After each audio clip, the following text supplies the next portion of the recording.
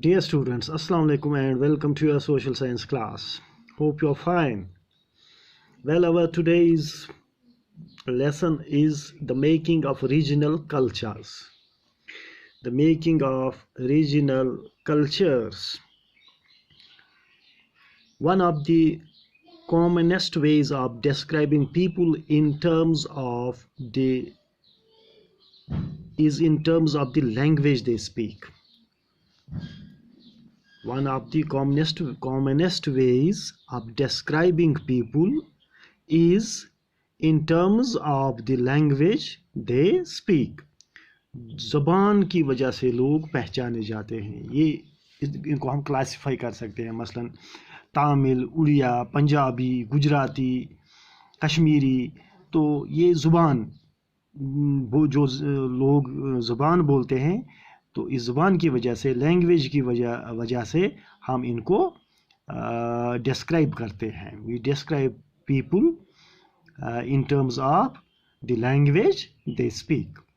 When we refer to a person as a Tamil or an Uriya, this usually means that he or she speaks Tamil or Uriya and lives in Tamil Nadu or Odisha.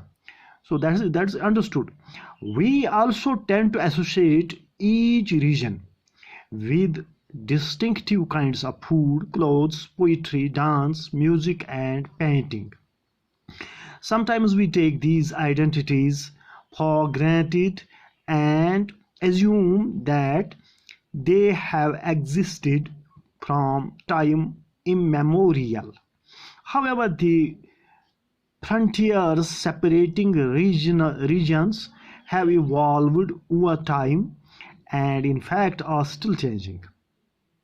Also, what we understand as regional cultures today are often the product of complex processes of intermixing of local traditions with ideas of other parts of the subcontinent. जब लोग एक दूसरे के साथ mix हो गए, एक दूसरे के साथ जब उनकी इंटरेक्शन हो गई, फिर एक दूसरे के साथ वो मिले तिजारत के ज़रिए से या कल्चरल एक्सचेंज हुआ उनके बीच में, तो उससे एक जो प्रोसेस हुई, ये जो लोकल ट्रेडिशंस थे और उनके जो आइडियाज़ थे, वो दूसरे हिस्सों के आइडियाज़ से, दूसरे हिस्सों के जो ट्रेडिशन जो थी, वो लोग जो आपस में घुल मिल गए, तो एक नया एक कल्चर वजूद में आ गया। तो इस तरह से सब कॉन्टिनेंट्स के जो डिफरेंट पार्ट्स हैं, उनके जो लोग आपस में इंटरमिक्स हो गए, तो इस तरह से एक जो है नया एक कॉम्प्लेक्स प्रोसेस जो है इंटरमिक्सिंग का, उस वजह से नई ट्रेडिशंस जो हैं वो वजूद में आ गई। As we will see, some traditions appear specific to some regions, others seem to be similar across regions, and yet others derive from older practices in a particular area, but take a new look, take a new form in other regions. Here is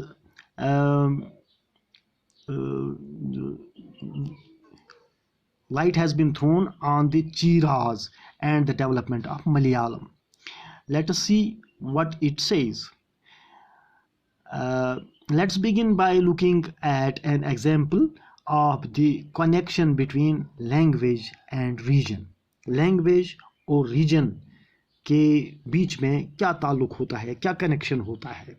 The Chira kingdom of Mahodhiyapuram was established in 9th century in the southwestern part of the peninsula, part of the present day Kerala.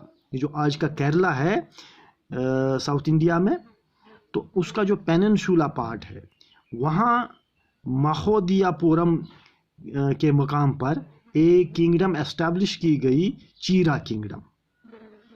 ये चीरा kingdom महोदियापुरम के मकाम पर establish की गई, जो केरला के southern पेनिनसुलन part में है। It's likely that Malayalam was spoken in this area. Okay, Malayalam was the language spoken in this area.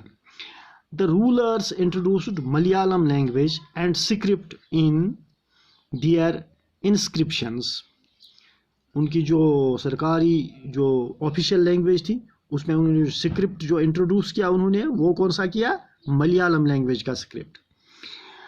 In fact, this is one of the earliest examples of the use of a regional language in official records in the subcontinent. इससे पहले ये regional language को official record के लिए इस्तेमाल नहीं किया गया था. So this was the first instance और first example where we see the regional language is used for official records. At the same time, the Cheras, the rulers there, Cheras, also drew upon Sanskritic traditions. वो जो Sanskrit language थी उसका impact बहुत ज़्यादा था. उसकी जो ट्रेडिशंस थी उन्होंने वो भी ड्रीव की, वो भी उन्होंने इस्तेमाल की. तो उन्होंने ये दोनों ज़बानें मिलके वहाँ की लोकल लैंग्वेज और संस्कृत लैंग्वेज जो उनकी ट्रेडिशंस थी, संस्कृत की ट्रेडिशंस, उनको मिला के उन्होंने इस्तेमाल किया उनका. The temple theatre of Kerala which is traced to this period borrowed stories from the Sanskrit epics. ये जो हम देखते हैं वहाँ का जो थिएटर है केरला का, तो उसमें वहाँ डांस वगैरह जो है और थिएटर वहाँ का, उसमें जो स्टोरीज़ उन्होंने जिस पे वो ड्रामे बनाए हैं या जिस पे वो डांस किया है वगैरह, तो वो स्टोरीज़ जो है उन्होंने बोरो की है कहाँ से, संस्कृत एपिक्स से. संस्कृत एपिक्स से उन्होंने वो स्टोरीज़ बोरो की हैं और फिर उनको वो रूप दिया है जो वो उन्होंने अपने उस थिएटर में उनको परफॉर्म किया है. तो ये ट्रेडिशन जो है संस्कृत की, उन्होंने उस तरह से इसको वहाँ पे यूज़ किया है और उसको अडॉप्ट किया है. The first literary work in Malayalam dated about the 12th century. They are directly indebted to Sanskrit. पहला जो लिटरेरी वर्क है मलयालम का वो संस्कृत का मरहूनी मिन्नत है. संस्कृत का उस पर संस्कृत का आभारी है, संस्कृत का उसमें बहुत अमल दखल है. इंटरेस्टिंगली एनफ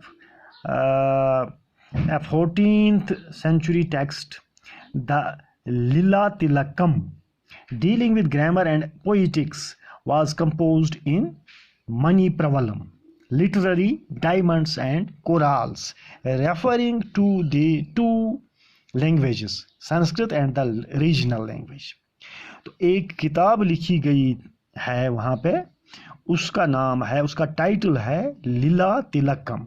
लीला तिलकम, ये लीला तिलकम जो है ये ग्रामर और पोइटिक्स के साथ डील करती है. ग्रामर और पोइटिक्स के बारे में इस किताब में लिखा गया है. तो ये किताब जो है ये कंपोज की गई है एक लैंग्वेज में, उसको मनी प्रवल्लम कहते हैं. That language is called money प्रवल्लम.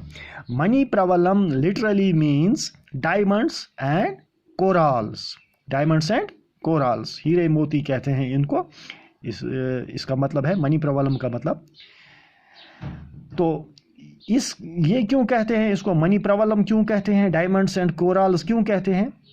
It refers to the two languages, Sanskrit and the regional language, because this book is written actually in Sanskrit and Malayalam. ये जो संस्कृत और मलयालम का एक मिक्स किया गया है उधर, तो दोनों जुबानों में इकट्ठे इसको इस बुक को लिखा गया है, लीला तिलकम को. लीला तिलकम जो है इसको मनी प्रवल्लम में लिखा गया है, मनी प्रवल्लम जुबान में. तो मनी प्रवल्लम क्या है? ये एक कंपोज की गई है मनी प्रवल्लम ज़बान, दो ज़बानों को जोड़ के, दो ज़बानों के मिला के. कौन कौन सी ज़बान? संस्कृत और जो वहाँ की एक रीजनल लैंग्वेज थी, इन दोनों को मिला के एक नई ज़ुबान बनाई गई जिसको मनी प्रवल्लम कहते हैं. और मनी प्रवल्लम की ये जो है कंपोजिशन उसी में लिखा गया है लीला तिलकम किताब को. Understand? I hope you understand it and you will remember it. Let me ask you, what's Mani Pravalam, and name the book written in that language? Can you? Yes. Mani Pravallam, literally diamonds and corals, referring to the two languages, Sanskrit and the regional language. Sanskrit and the regional language, Malayalam. This book written in that language is Lila Tilakam, which deals with the grammar and poetics. Okay, with this I take your leave. Thank you very much.